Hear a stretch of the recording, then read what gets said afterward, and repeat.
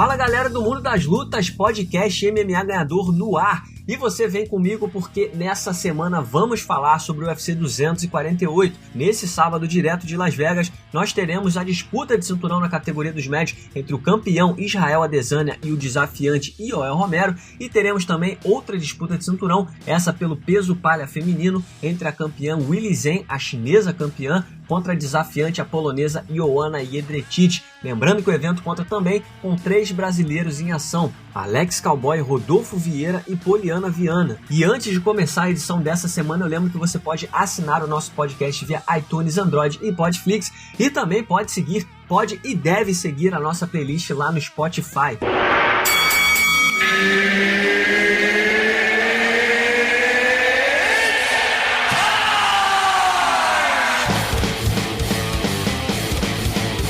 Galera do Mundo das Lutas, na edição especial dessa semana de UFC 248, a gente tem a moral de receber o designer e filmmaker e dono do Por Dentro da Luta, Rômulo Miranda. Rômulo, muito obrigado pela sua participação, é um prazer ter você com a gente, seja muito bem-vindo.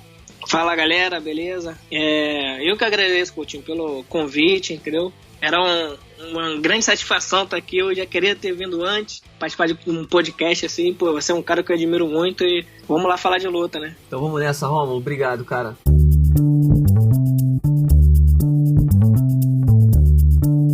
Para começar, a gente está numa semana muito especial, né? Essa semana, esse primeiro semestre de UFC tem várias lutas aí empolgantes, algumas já aconteceram, mas Israel Adesanya versus Yoel Romero é uma luta que os fãs também estão muito empolgados para ver. A gente vai ter outras lutas também nesse evento que a gente vai falar daqui a pouquinho, mas começando de cima para baixo, queria saber primeiro qual que é a tua expectativa dessa luta do Adesanya contra o Romero. É uma luta que surpreendeu muita gente, né? Porque o Adesanya tinha outras opções, mas ele acabou optando pelo Romero, que vem de 2 derrotas, não seria aí, esportivamente falando, o cara mais indicado para disputar o cinturão, mas o campeão é o Adesanya, ele conseguiu convencer o Dana White, conseguiu usar bons argumentos para enfrentar o Romero. Tem a questão de que ninguém quer enfrentar o Romero e tudo mais. Enfim, mas queria saber a tua expectativa para começar para essa disputa de cinturão na categoria dos médios. Pois é, cara, a expectativa é muito grande para essa luta, né? Ao mesmo tempo, como fã, eu tô feliz de ver essa grande luta que vai acontecer, mas também meio triste por não ter sido o Borrachinha, que tava também naquela expectativa, né? Aquela rivalidade se provocando, e infelizmente ele ficou fora. E o Romero vindo de derrota, né? Mais uma vez, tem que aceitar isso, mas a expectativa é muito grande. E eu acho que o Adesanya tem tudo para manter o título. Ele tem que tomar cuidado com a luta agarrada do Romero, que dispensa comentários, né? E a mão pesada do cubano, que na última luta dele do Adesanya com o Whittaker, eu vi que ele estava aceitando alguns golpes, estava confiando bem no seu queixo, e a mão do Romero, quando entra, realmente pode derrubar. E ele mantendo essa distância, essa boa envergadura que ele tem, e defendendo as quedas, ele tem tudo para manter o cinturão com ele e em breve enfrentar o Borrachinha. Exatamente, como você bem lembrou, né, Rômulo? Para quem está ouvindo a gente, só para contextualizar, o nome mais indicado para enfrentar o Adesanya hoje seria o nome do Paulo Borrachinha, mas o brasileiro ainda se recupera de uma lesão no bíceps, ainda não está pronto, então a fila tem que andar, mas ao que tudo indica, né, segundo as declarações do presidente do UFC, Dana White, o lugar do Borrachinha como desafiante está seguro, então muito em breve, se tudo der certo, ele vai disputar o cinturão, seja contra o Adesanya ou contra o Romero. Agora, falando da luta, você falou bem aí sua análise sobre os cuidados que o Adesanya tem que ter, né, com o wrestling do Romero, com a luta agarrada e tudo mais. Eu queria te fazer uma pergunta, uma coisa que me chama muita atenção. A gente já sabe que o Romero é perigosíssimo, um cara de wrestling nível olímpico. Ele bota, provavelmente quem ele quiser para baixo. Mas me incomoda muito que, pelo menos nas últimas lutas, ele é um cara que abre mão desse talento, dessa arma que ele tem. Ele é um cara que confia demais na trocação, quando a gente sabe que ele poderia tá usando mais o wrestling. Na sua opinião, você acha que de fato ele abre um pouco mão de usar a luta agarrada porque confia demais na trocação, ou você acha que os últimos adversários, o Borrachinha e o Whittaker, por exemplo, foram caras que conseguiram evitar essa parte da luta agarrada e por isso não tiveram de passar sufoco nesse sentido? Pois é, cara, eu acho que ele abriu um pouco mão dessa arma dele, entendeu? Os outros adversários têm mérito também de ter defendido algumas quedas, mas A última assim, sufoco, entre aspas, que o Adesanya passou foi com o Marvin Vettori, o italiano. Uhum. E usou luta agarrada. E eu acho que esse é o ponto fraco do Adesanya. Fraco também, entre aspas, né? Também não deve ser fácil botar aquele cara pra baixo. Sim. Mas o Romero tem que usar o que ele tem de forte, né? A luta agarrada. E abrir um pouco de mão dessa... querer nocautear, querer ser um trocador nato. Se ele usar com eficiência, como ele sabe usar, ele com certeza vai conseguir ganhar esse cinturão, porque eu como torcedor, tô torcendo que ele não ganhe, porque vai ser meio chato ver um cara vindo de derrota e conquistar um cinturão, sabe? Uhum. E é uma luta que a gente já viu, né? Porque vai acabar promovendo a revanche aí com o Borrachinha, embora a luta do Borrachinha e o Romero tenha sido espetacular, né? Não é o que a gente quer ver em seguida. A gente quer ver o Adesanya, né? Pois é. Eu acho que ele ganhando de uma forma bem convincente, de repente rolando um nocaute, aí não tem como dar pro Adesanya uma revanche, né? Agora, se for uma luta bem apertada, pode ser que o UFC case novamente, por toda essa polêmica que ele vem em derrota e ganhar do campeão, e vamos ver o Borrachinha ficar a ver navios, né? Mas eu acho que ele usando essa arma dele com muita eficiência, ele leva. Eu também eu concordo. Acho que a questão é muito isso. É claro que o Adesanya tem uma movimentação muito boa, usa muito bem a envergadura, trabalha bem a distância, então não necessariamente será fácil colocá-lo para baixo. Agora, se o Romero quiser usar essa arma, ele tem aí 25 minutos para conseguir a luta agarrada e botar para baixo. Então não é possível que, se for uma vontade dele, ele não vai conseguir botar o Adesanya para baixo.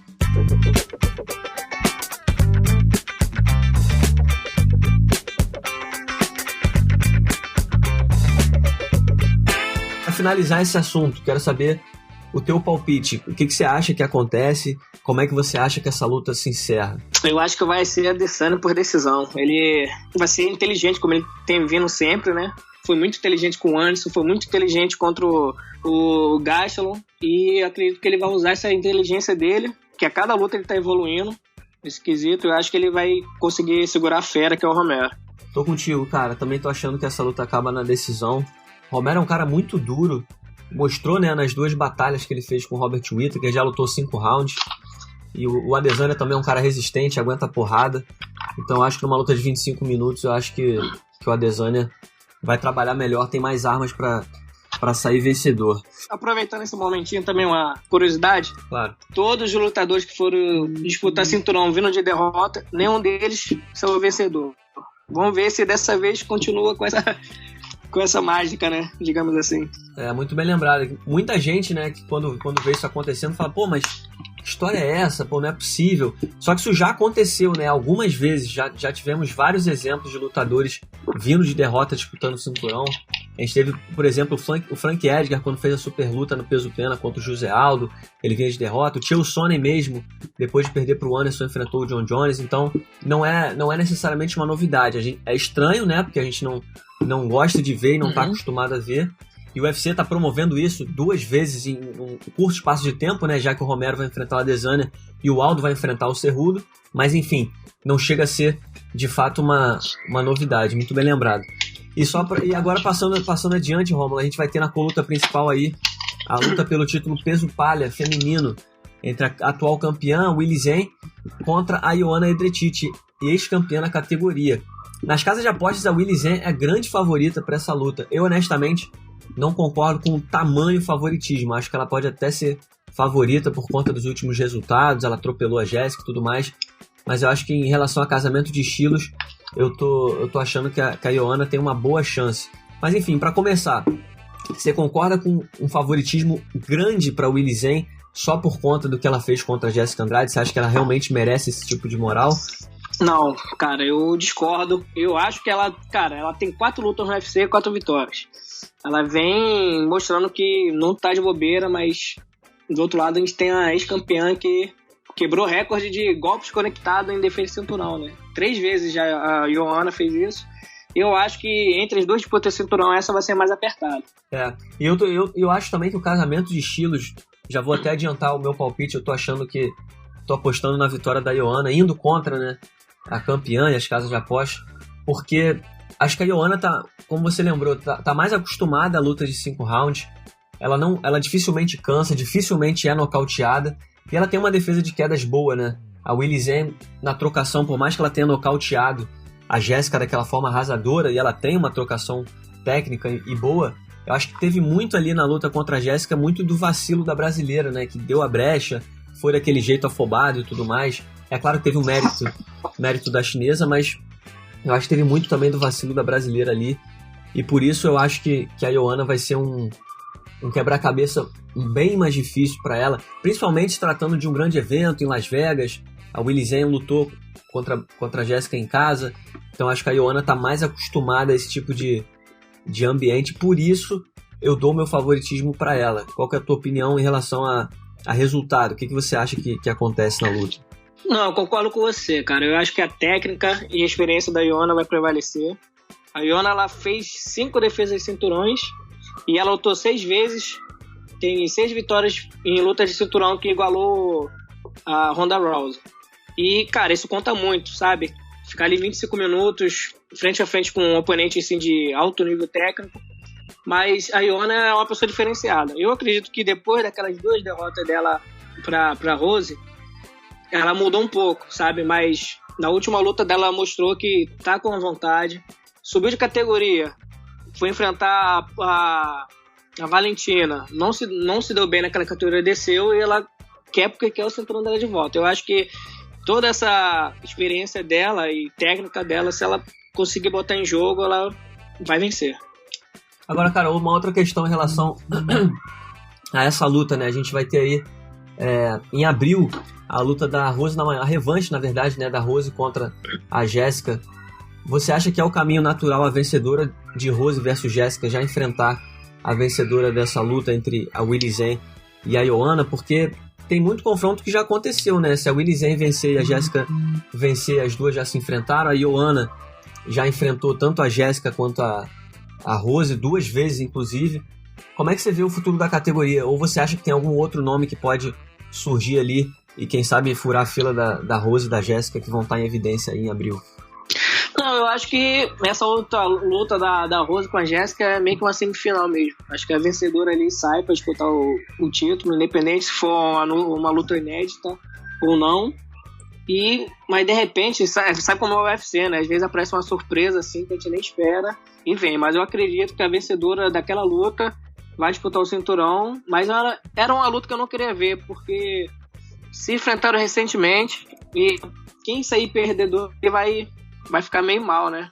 Não vai ter muito o que fazer, né, na categoria, não vai ter pra onde correr.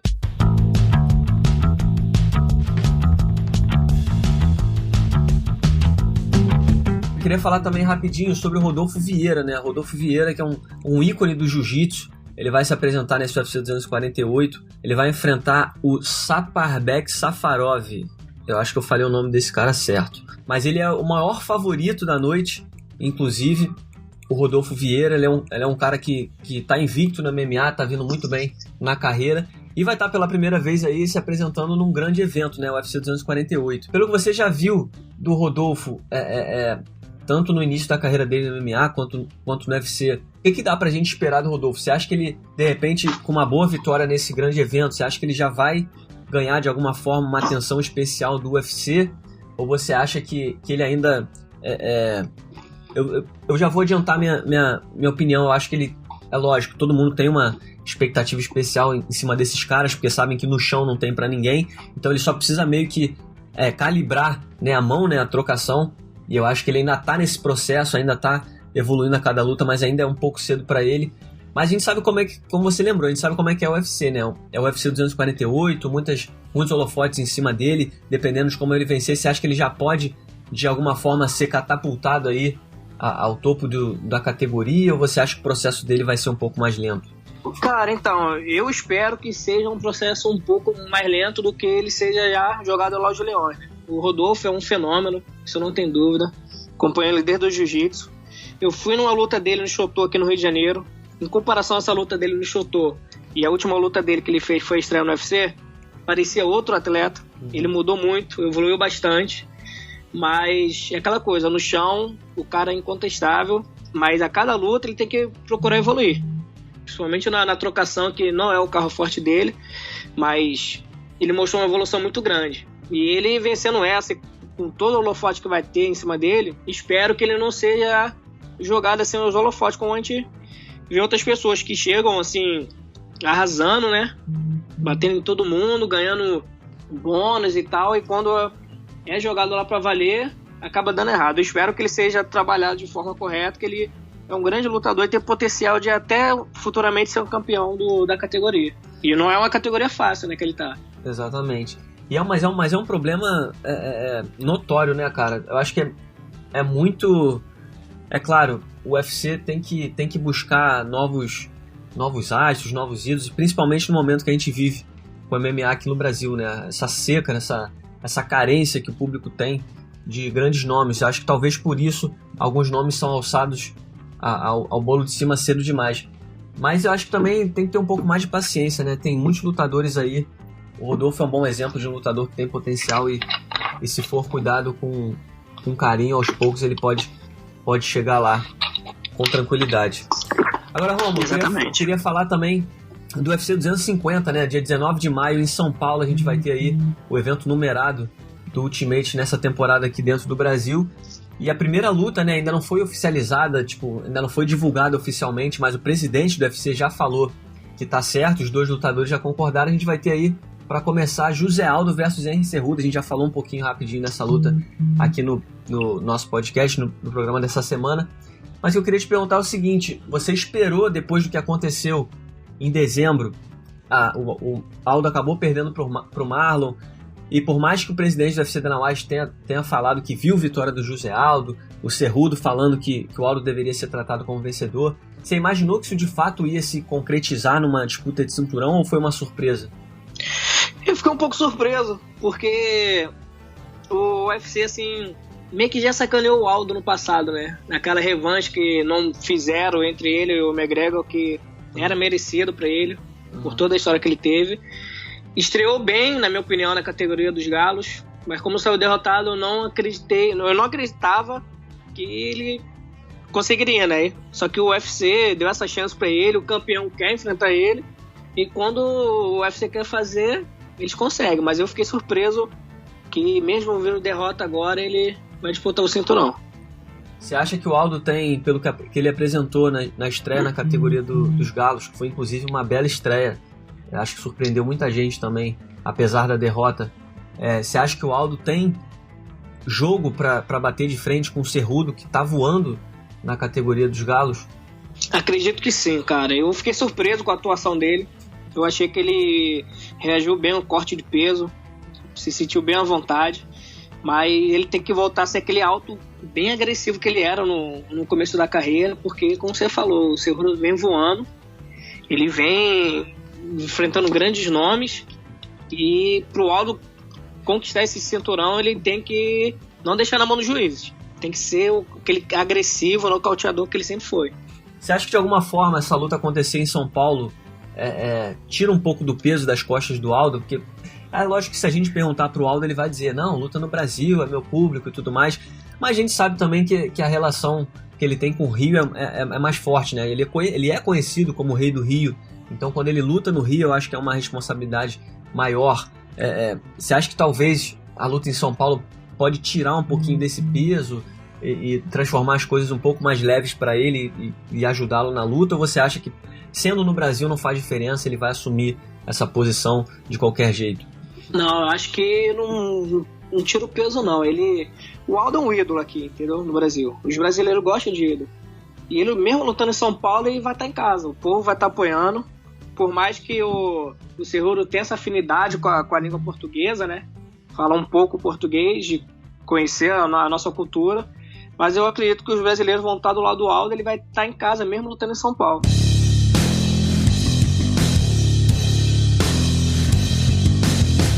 E, cara, pra gente finalizando, outra expectativa também sobre esse UFC 250 é em relação à participação de Amanda Nunes, né? O Combate.com publicou que a organização Ultimate trabalha, né, para ter Amanda nesse UFC 250. A questão seria adversária, né? Tem duas pretendentes aí, a Megan Anderson e a Felicia Spencer, que venceram, inclusive, com nocaute no primeiro round no UFC Fight Night Norfolk, que aconteceu no último fim de semana.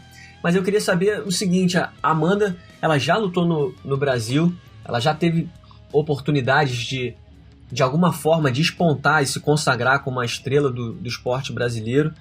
Você acha que, o que você acha que falta? Você acha que de repente nesse UFC 250, um evento numerado, você acha que ela enfim consegue cair nas graças do público brasileiro? Ou você acha que existe algum empecilho aí em relação, não sei, à aceitação, à personalidade dela, à falta de trabalho midiático aqui no Brasil, que atrapalha esse processo para ela se consagrar e cair nas graças do público? Porque esportivamente ela merece um reconhecimento absurdo, ela é uma lutadora brilhante, ela é uma das maiores de todos os tempos, bateu todos os nomes possíveis de grandes nomes do MMA feminino, então é um caso que merecia muito mais reconhecimento, especialmente aqui no Brasil, né? Mas eu queria saber a sua opinião em relação a isso. Você acha que esse UFC 250 faz ela decolar de uma vez por todas como estrela do esporte nacional, ou você acha que ainda tem alguma coisa no meio do caminho que atrapalha?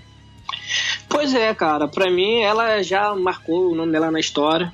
Pra mim, atualmente, ela é a principal, o principal brasileiro, assim, que não tem dúvida de que é uma estrela mesmo. Mesmo tendo grandes nomes, o Anderson, o Aldo, pra mim a Amanda agora é a principal por tudo que ela tem feito. Batendo o Cyborg, batendo a Ronda Rousey, sendo a primeira mulher campeã de 2 categorias. Mas eu acho que falta um pouco da mídia, sabe? Falar mais dela. Ela também querer mostrar pro público quem é ela de verdade, que ela é uma pessoa boa, uma excelente lutadora. Mas eu acho que ela lutando aqui em São Paulo vai ser muito bom pra ela, essa questão de mídia. E ela ganhando, acho que crava de vez o seu nome aqui. O público, realmente, o grande público, né, vai saber quem é a Amanda. E ela tem tudo aqui pra marcar seu nome de vez na história do esporte brasileiro. Perfeito, Romo. Pra gente finalizar, então, eu queria te perguntar sobre o seu canal, né, cara? Eu já conheço o seu canal Por Dentro da Luta. Pra quem tá ouvindo a gente e não conhece ainda, é só ir lá no YouTube e buscar youtube.com/, Por Dentro da Luta. Vídeos muito bem feitos, muito bem trabalhados. O Rômulo é fera da arte, faz umas artes gráficas digitais absurdas, tem um talento incrível. Mas queria te perguntar primeiro como é que surgiu, fala um pouquinho pra galera, apresenta esse seu trabalho também, o canal no YouTube, como é que surgiu a ideia do Por Dentro da Luta, o que você busca produzir lá? O Por Dentro da Luta surgiu há muito tempo, né? Eu pratico arte marcial desde 8 anos de idade, pratiquei capoeira em Salvador, morei em Salvador na minha infância. Aqui no Rio eu fui praticante do Muay Thai, já competi algumas vezes, no Jiu-Jitsu também, o Jiu-Jitsu eu faço até hoje. E quando eu servi a Marinha, eu fui da equipe de boxe olímpico, da esquadra. E eu sempre fui muito envolvido assim com luta, sempre consumi programas, eu comprava revistas, mensais, eu sempre fui um grande consumidor. Em 2014, no UFC 179, no Maracanãzinho, eu fui e tava tendo um jogo de pergunta e resposta lá com o Alonso e a Paula Sack. Aí eu fui, né, participar, tinha prêmios e brindes, eu respondendo tudo, ganhando. Aí dando a resposta pro pessoal que tava lá pra ganhar brinde também. E uma coisa assim me chamou a atenção, que todas as perguntas que faziam eu sabia a resposta, sabia de tudo. E teve até uma brincadeira lá que a Paula Sack falou, temos aqui um garoto enciclopédia. Aí eu parei pra pensar, por que eu não ponho isso pra frente? Esse conhecimento meu que eu tenho na luta, de alguma forma eu posso trabalhar ele. Foi aí que eu resolvi juntar a minha profissão atualmente, que é o audiovisual, e esse conhecimento de luta. Aí eu já tive a ideia de um canal em 2014. Em 2015, em maio, eu criei o canal, só que eu tinha muita vergonha de gravar, de falar em frente à câmera. Pra você ter noção, eu demorei 2 anos para postar meu primeiro vídeo. Eu postava algumas artes, alguns textos na internet já como Por Dentro da Luta, mas de fato foi em 2017 que eu postei o meu vídeo. Tive um feedback bastante positivo, apesar de ser cru naquela época, assim, como apresentador. Mas é aquela coisa, né? Tem que ir praticando, e a cada vídeo, assim como lutador, a cada luta que vai passando, tu vai evoluindo. Foi a mesma coisa no canal. E como eu tenho esse conhecimento na arte gráfica, de edição, aí juntei o útil ao agradável e surgiu o Por Dentro da Luta, que a cada vídeo que eu posto, os comentários que eu recebo, assim, os elogios, me dá vontade, assim, de continuar para sempre. Muito legal, cara. Quem ganha é o público de MMA com um profissional gabaritado, tem até cartel no mundo das lutas, sabe muito, muito legal ter profissionais assim, trabalhando pelo crescimento do esporte. junto da gente. Pô, cara, muito obrigado pela sua participação, foi um prazer trocar essa ideia com você. Seja a primeira de muitas, com certeza a gente vai convidar você várias vezes para participar do nosso podcast. Muito obrigado mais uma vez. E finaliza aí convidando a galera para assistir teu canal. Tá, beleza. Coutinho, eu que agradeço, né? Fiquei muito feliz pelo convite. Como eu falei, pô, era uma vontade assim que quem é fã e quem cria conteúdo quer estar nesse meio. E quando eu recebi o convite, pô, fiquei muito feliz. Agradeço de coração. E pra galera que não conhece, é só seguir lá no youtube.com/por dentro da luta, se inscrever, né? Ativar o sininho lá para dar as notificações. E também procurar no Instagram, que eu sempre posto lá curiosidades, alguns dados e informações. Então tá aí, esse foi Rômulo Miranda, feraça do mundo das lutas, tá arrebentando com o trabalho lá no Por Dentro da Luta. Tem muito futuro, tem muito a oferecer pra galera do mundo das lutas, pro público do mundo das lutas. Foi um prazer trocar ideia com esse cara. Então, muito obrigado pela sua audiência, muito obrigado por ter acompanhado o nosso podcast MMA Ganhador até aqui, até o final. Eu espero vocês na semana que vem com muito mais, é claro, sobre o mundo das lutas. Até lá!